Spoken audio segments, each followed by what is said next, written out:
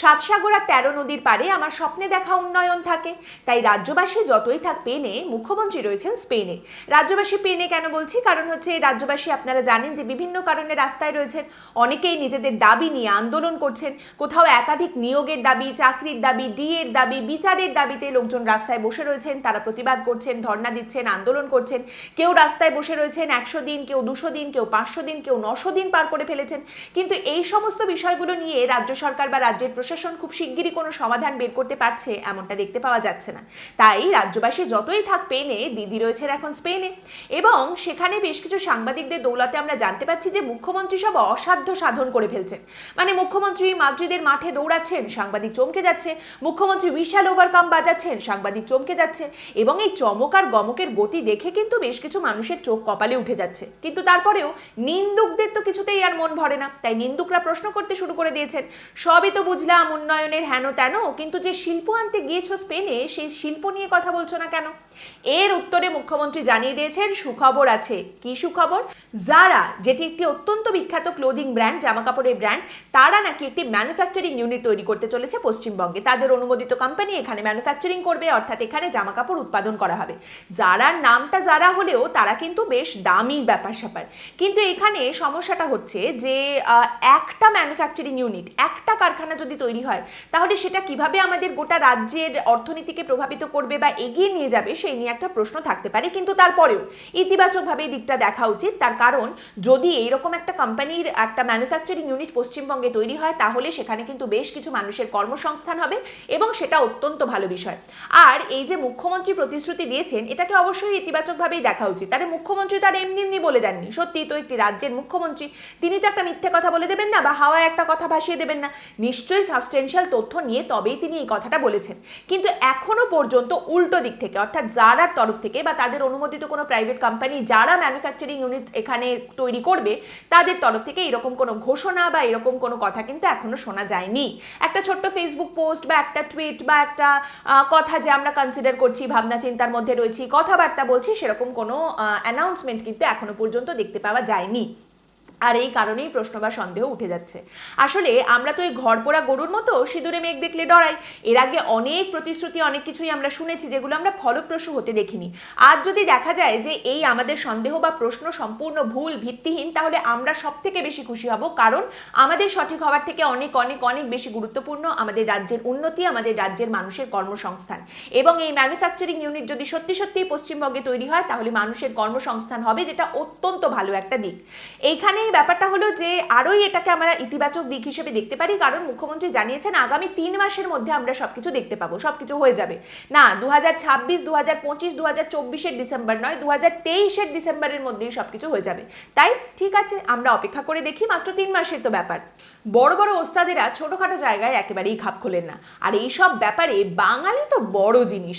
আমাদের ক্ষুদ্র শিল্পের প্রতিষ্ঠানের নামও বিশ্ব বাংলা। তো সেখানেই আমাদের সৌরভ গাঙ্গুলি, প্রিন্স অফ ক্যালকাটা, মহারাজা দাদা, তিনি দেশ রাজ্য ছেড়ে বিদেশে গিয়ে ঘোষণা করেছেন, আমিও আছি বস, বেওসা হবে বেওসা। তিনি জানিয়েছেন 2007-এ একটা স্টিল প্ল্যান্ট দিয়ে তিনি এই ব্যবসার পথ চলা শুরু করেছিলেন। এইবারে তার তৃতীয় স্টিল প্ল্যান্টটা তিনি খুলতে চলেছেন মেদিনীপুরের শালবনীতে, এবং সেখানে তিনি জানিয়েছেন 2.5 থেকে 3 হাজার কোটি টাকার ইনভেস্টমেন্ট হবে, 6 থেকে 6.5 হাজার মানুষের চাকরি হবে। বিশাল ব্যাপার, দারুণ খবর। মানে বেহালার ছেলে শালবনীতে মেদিনীপুরে স্টিল প্ল্যান্ট করবেন ঘোষণা করেছেন মাদ্রিদে গিয়ে। হ্যাঁ, ভাবা যায় না, অসাধারণ। যাই হোক, এই আবারও এই স্টিল প্ল্যান্টটা হলে মানুষজনের চাকরি হবে, কর্মসংস্থান হবে। লাভলি ব্যাপার স্যাপার, দাদা লাভ ইউ, অসাধারণ খবর। কিন্তু এখানে আবারও সেই নিন্দুকদের একটা খুঁতখুঁতে ব্যাপার চলে আসে। সেটা হচ্ছে এর আগেও আমরা দেখেছি এই জমি নিয়ে পশ্চিমবঙ্গে সৌরভ গাঙ্গুলির একটা ইতিহাস রয়েছে। এর আগে তিনি একটা জমির মামলায় জড়িয়েছিলেন, সেখানে তাকে ফাইন দিতে হয়েছিল, হাইকোর্টের তরফ থেকে নির্দেশ দেওয়া হয়েছিল ফাইনের জন্য। একবার বাম আমলে তিনি জমি ফিরিয়ে দিয়েছিলেন, তৃণমূল কংগ্রেসের সরকারের সময় তাকে জমি ফিরিয়ে দিতে হয়েছে। তো এইগুলোকে আপনি কি বলবেন? মানে ইজ অফ বিজনেস পশ্চিমবঙ্গের, নাকি শিল্পপতিদের হ্যারাসমেন্ট? কিন্তু যাই হোক, এবার যদি সেসব কিছু না হয় এবং ফাইনালি তার এই কারখানা যদি হয়, তাহলে সেটা পশ্চিমবঙ্গের মানুষের জন্য অত্যন্ত ভালো বিষয়। তাই আমাদের সন্দেহ বা প্রশ্ন সরিয়ে রেখে আমরা এটাকে ইতিবাচকভাবেই দেখছি। এবং তারই সঙ্গে আরও একটা বিষয় হলো, যে জায়গায় সৌরভ গাঙ্গুলি স্টিল প্ল্যান্ট করার কথা বলেছেন সেখানে অ্যাকচুয়ালি এর আগে জেএসডব্লিউ গ্রুপের একটা স্টিল প্ল্যান্ট হওয়ার কথা ছিল, জিন্দালদের 10 million ton integrated steel plant হওয়ার কথা ছিল। এখানে 35,000 কোটি টাকার ইনভেস্টমেন্ট আসার কথা ছিল শালবনীতে, কিন্তু সেটা আলটিমেটলি হয়নি। বাম আমল থেকে কথা শুরু হয়েছে, বাম আমলেও বিষয়টা হয়নি। আলটিমেটলি তৃণমূল কংগ্রেস যখন সরকারে আসে তারপরেও বিষয়টা হয়নি। শুধুমাত্র সরকারি ব্যর্থতা নয়, কোম্পানির তরফ থেকেও বেশ কিছু ব্যর্থতা ছিল, যে কারণে এই প্রজেক্টটা হয়নি। মানুষজন স্বপ্ন দেখেছিলেন 35,000 কোটি টাকার বিনিয়োগ এবং প্রচুর কর্মসংস্থানের, যেটা কিন্তু ফলপ্রসূ হয়নি, বাস্তবায়িত হতে আমরা দেখতে পাইনি। এবার সেইখানেই সৌরভ গাঙ্গুলি বলছেন যে তিনি তার এই 2,500-3,000 কোটি টাকার যে ইনভেস্টমেন্ট সেটা করবেন এবং এই কারখানা হবে। অবশ্যই মুখ্যমন্ত্রী মমতা বন্দ্যোপাধ্যায় বলেছিলেন যে জিন্দালরা 4,700 একর জমি নিয়েছিলেন, সেখান থেকে 3,500 একর জমি তারা ফিরিয়ে দিচ্ছেন, এবং এই যে জমি ফিরিয়ে দিচ্ছেন এখানে নতুন ইন্ডাস্ট্রি হবে, নতুন করে কাজকর্ম হবে। তো সেখানে দাঁড়িয়ে যদি 35,000 কোটি টাকার স্বপ্ন যেখানে দেখা হয়েছিল সেখানে 2,500-3,000 কোটি টাকার ইনভেস্টমেন্ট দিয়েই সেটা শুরু হয়, ইন্ডাস্ট্রি শুরু হয়, সাধারণ মানুষের কর্মসংস্থান শুরু হয়, তাহলে সেটাও অত্যন্ত ভালো বিষয়। আর এই বিষয়ে সন্দেহ বা প্রশ্ন যদি থাকেই, সৌরভ গাঙ্গুলি বলেছেন যে 6 মাসের মধ্যে কনস্ট্রাকশনের কাজ হতে যতটুকু সময় লাগে ততটুকু, তারপরেই সবকিছু শুরু হয়ে যাবে। অতএব এখানেও বিষয়টা হচ্ছে কি হচ্ছে না দেখার জন্য আমাদের অপেক্ষা করতে হবে মাত্র 6 মাস। আপাতত ইতিবাচক প্রতিশ্রুতি হিসেবেই আমরা বিষয়টাকে দেখছি। দেখুন, এই মুহূর্তে এই স্পেন সফর থেকে পশ্চিমবঙ্গের ট্যাঞ্জেবল ইনভেস্টমেন্ট কতটা আসবে সেটা আমরা জানি না, কিন্তু একটা বিষয় যেটা আমরা জানি সেটা হচ্ছে Lord Kunal Ghosh is having a great time. Lord Kunal Ghosh তিনি স্পেনে গেছেন মুখ্যমন্ত্রীর সঙ্গে, তিনি কিন্তু সেখানে খুব ভালো করে ঘোরাফেরা করছেন এবং সময় কাটাচ্ছেন। এই প্রবাদ প্রতিম পুরুষকে চেপে রাখার যে একটা চেষ্টা, সেটা কিন্তু আমাদের রাজ্যের হীনমন্যতা ছাড়া আর কিচ্ছু নয়। দেখুন, পেট খারাপ বা কুনাল ঘোষ কোনোটাকেই আপনি চেপে রাখতে পারবেন না, দুজনেই কিন্তু প্রকাশিত হবেন। এবং আপনি যদি আমার মতো লর্ড কুনাল ঘোষের ফ্যান না হন তাহলে আপনি নিশ্চয়ই মিস করে গেছেন যে কুনাল ঘোষ কী করছেন, সেখানে কোথায় যাচ্ছেন। আমি কয়েকটা ছবি আপনাদের দেখাচ্ছি, যেগুলো দেখলে আপনারা বুঝতে পারবেন যে কুনাল ঘোষ স্পেনে খুবই ভালো ঘুরছেন, তিনি নিজেকে এনজয় করছেন। আর এই ছবিগুলো কেন দেখাচ্ছি, তার কারণ আপনি অসাধারণ একটা উপলব্ধি করতে পারবেন এই ছবিগুলো দেখে। আপনি বুঝতে পারবেন যে জীবনের কোনো খারাপ সময় বা কঠিন সময় কখনো ভেঙে পড়তে নেই, কখনো নিজেকে একা ভাববেন না, এবং অবশ্যই বিশ্বাস রাখবেন যে সময় কারুর একরকম যায় না। আজকে হতে পারে যে আপনি আদালতের চক্কর কাটছেন, কালকেই হবে যখন আপনি মাদ্রিদের চক্কর কাটবেন। আজকে হতে পারে যেখানে আপনি প্রিজন ভ্যান চাপড়ানো হচ্ছে আপনার চারপাশে এবং আপনি চিৎকার করে বলছেন সারদার সব থেকে বড় বেনিফিশিয়ারি মুখ্যমন্ত্রী মমতা বন্দ্যোপাধ্যায়। অন্যদিকেই আবার দেখা যাবে পরের দিন আপনি মুখ্যমন্ত্রীর সঙ্গে স্পেন সফরে গেছেন, সেখানে আপনি ঘুরে বেড়াচ্ছেন। একদিকে যদি দেখা যায় যে আপনি চ্যালেঞ্জ ছুড়ে দিচ্ছেন কাউকে যে ওনাকে আমার সামনে বসানো হোক, আমার সামনে বসিয়ে জিজ্ঞেস করা হোক, পরের দিন দেখা যাবে যে আপনি তার সঙ্গেই বিদেশে ভ্রমণ করতে গেছেন। তো সময় কারোর একরকম যায় না, তাই এই ছবিগুলো দেখে কিন্তু আপনাদের সেই উপলব্ধি হওয়া উচিত। আমাদের পশ্চিমবঙ্গই মনে হয় একমাত্র রাজ্য যেখানে আমরা এই রকম দুটো ছবি পাশাপাশি দেখাতে পারবো। দেখে নিয়েছেন। এরপর এর থেকে 1 ডিগ্রি এগিয়ে আরেকটা ছবি আমি আপনাদের দেখাচ্ছি। ইনি হলেন অনিন্দ জানা, আনন্দবাজারের সাংবাদিক, বড় পদে রয়েছেন। তো এই আনন্দবাজারেই একটা সময় এইসব খবর লেখা হতো যে এই সারদা কেলেঙ্কারিতে অভিযুক্ত কুনাল ঘোষ, তাকে গ্রেপ্তার করা হয়েছে, প্রিজন ভ্যান চাপড়ানো হচ্ছে, সেখানে তিনি বলছেন যে মুখ্যমন্ত্রী সব থেকে বড় বেনিফিশিয়ারি, এই সমস্ত কথাবার্তা লেখা হতো। কিন্তু আজকে দেখুন সেই আনন্দবাজারের সাংবাদিক এবং প্রতিদিনের সাংবাদিক হিসেবে কুনাল ঘোষ, তারা দুজন একসঙ্গে মিলিত হয়ে গেছেন এবং স্পেনে গিয়ে পশ্চিমবঙ্গের সাংবাদিকতার প্রতিনিধিত্ব করছেন তারা। এবং তারই সঙ্গে আপনারা নিশ্চয়ই জানেন কিছুদিন আগেই আনন্দবাজারের এক সাংবাদিক দেবমাল্য বাগচিকে গ্রেপ্তার করা হয়েছিল। অনেকেই অভিযোগ করেছিলেন শাসক দলের সমালোচনা করার জন্য, শাসক দলের বিরুদ্ধে লেখার জন্য তাকে গ্রেপ্তার করা হয়েছে। এই জাস্ট তিনি বেল পেয়েছেন, দেবমাল্য বাগচি সবেমাত্র বেল পেয়েছেন, জামিনে মুক্ত হয়ে তিনি জেল থেকে বেরিয়েছেন। কিন্তু আবারও দেখুন বিদেশের মাটিতে সব মিলেমিশে এক হয়ে গেছেন। কেন বলুন তো? তার কারণ বেঙ্গল মিন্স বিজনেস, আর at the end of the day সংবাদ মাধ্যমও কিন্তু ব্যবসা, একটা বিজনেস।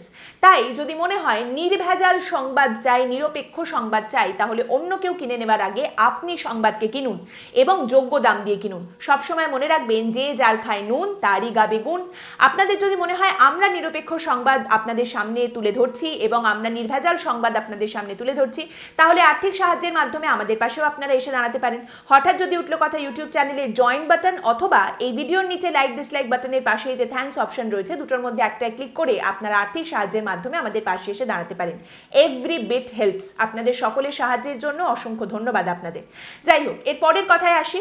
ফুটবল একাডেমি নিয়ে মুখ্যমন্ত্রীর সঙ্গে স্পেনে এমওইউ স্বাক্ষরিত হয়েছে, সেটা আপনারা জানেন, কিন্তু এর প্রভাবটা অনেক বেশি কালচারাল। আলটিমেটলি এখনো পর্যন্ত কিন্তু মুখ্যমন্ত্রীর বিদেশ সফর শেষ হয়ে যায়নি, আরও বাকি রয়েছে। এরপরে আরও কোনো সলিড ইনভেস্টমেন্ট আমরা দেখতে পেতেই পারি। আর আমরা শুনেছি মুখ্যমন্ত্রী স্পেনের যে ব্যবসায়ীরা রয়েছেন তাদের উদ্দেশ্যে বলেছেন, আপনারা পশ্চিমবঙ্গে আসুন, এখানে সব রকমের যোগাযোগ ব্যবস্থা রয়েছে, এখানে প্রশিক্ষিত শ্রমিকরা রয়েছে, আপনারা আসুন। কিন্তু ওয়ার্ডস আর জাস্ট ওয়ার্ডস, কথা শুধু কথাই, যতক্ষণ না সেগুলো আমরা কাজে দেখতে পাচ্ছি ততক্ষণ তো ওই বিশ্বাস করতে পারছি না। তবে এইখানে কিন্তু আর একটা বিষয় আমরা সকলেই জানতে পারছি। সেটা কি? সেটা হচ্ছে ইন্ডিয়া জোট, যে জোটের মধ্যে তৃণমূল কংগ্রেস রয়েছে, সিপিআইএম রয়েছে এবং কংগ্রেসও রয়েছে। তো সেখান থেকে তৃণমূল কংগ্রেসের তরফ থেকে নাকি জানিয়ে দেওয়া হয়েছে কংগ্রেসের শীর্ষ কর্তাদের যে পশ্চিমবঙ্গে তারা কাদের সঙ্গে বন্ধুত্ব করবেন সেটা তাদের উপরেই নির্ভর করছে। কিন্তু পশ্চিমবঙ্গে যদি কংগ্রেস তৃণমূল কংগ্রেসের হাত ধরবে এই সিদ্ধান্ত নেয়, তাহলে পশ্চিমবঙ্গে তৃণমূল কংগ্রেসকে 2টো আসন দিতে পারে, তার বেশি একেবারেই নয়। আর সেই 2টো আসনের মধ্যে থেকে একটা আসন যদি কংগ্রেস মনে করে সিপিআইএমকে দেবে, তাতে তৃণমূল কংগ্রেসের কোনো অসুবিধা নেই। সত্যি এই সিট শেয়ারিং, এই বদান্যতা, এই অসাধারণ প্রস্তাব, এটাকে পশ্চিমবঙ্গের বাম কংগ্রেস কিভাবে দেখছে সেটা অবশ্য এখনো পর্যন্ত জানা যায়নি। তবে আলটিমেটলি পশ্চিমবঙ্গে বাম কংগ্রেসের অবস্থা যথেষ্ট কোণঠাসা। এই মুহূর্তে এই জোটের মুখে দাঁড়িয়ে যদি তারা এখানে ঝুঁকে যান, তাহলে সেক্ষেত্রে একটা হয়তো নেবেন অধীরবাবু, আরেকটা নেবেন সেলিম মহাশয়, কি আর অসুবিধা আছে? এইখানে অনেক প্রশ্ন, অনেক কথাই এই মুহূর্তে উঠে আসছে। তার কারণ এই লড়াই, এই জোট, এই সিট শেয়ারিং এর প্রস্তাব সবকিছুই কিন্তু একটা বিষয়কে পরিষ্কার করে সামনে রাখছে। বেশ কিছু রাজনৈতিক দলের ক্ষেত্রে বেশ কিছু জায়গায় লড়াইটা আর হার জিতের নেই, লড়াইটা অস্তিত্ব রক্ষার হয়ে গেছে। ও লাস্ট একটা কথা যেটা বলতে ভুলেই গেছিলাম, মুখ্যমন্ত্রীর এই স্পেনে যাওয়ার সময় ওই হঠাৎ করে চলতে চলতে, আরে তোমাকে দেখে কিরকম চেনা চেনা লাগছে, এইভাবে দেখা হয়ে গিয়েছিল শ্রীলঙ্কার প্রেসিডেন্টের সঙ্গে। এবং শ্রীলঙ্কার প্রেসিডেন্ট নাকি মুখ্যমন্ত্রীকে প্রশ্ন করেছেন যে আচ্ছা, আপনাদের দেশেই যে বিরোধী জোট হচ্ছে, আপনি কি সেই জোটের মাথা 2টো আসন দেবেন বলেছেন? তাড়াতাড়ি মাথা নাড়িয়ে হয় হ্যাঁ আর না হলে না বলে ফেলুন। শুধু খেয়াল রাখবেন বেশি জোরে মাথা নাড়াতে গিয়ে মাথাটা যেন খুলে না পড়ে যায়। আজকের পর্ব এখানেই শেষ করছি। আপনাদের মতামত এই পর্ব সম্পর্কে অবশ্যই জানাবেন কমেন্টের মাধ্যমে। পরের দিন আবার দেখা হবে অন্য একটি বিষয় নিয়ে আলোচনায়। ভালো থাকবেন।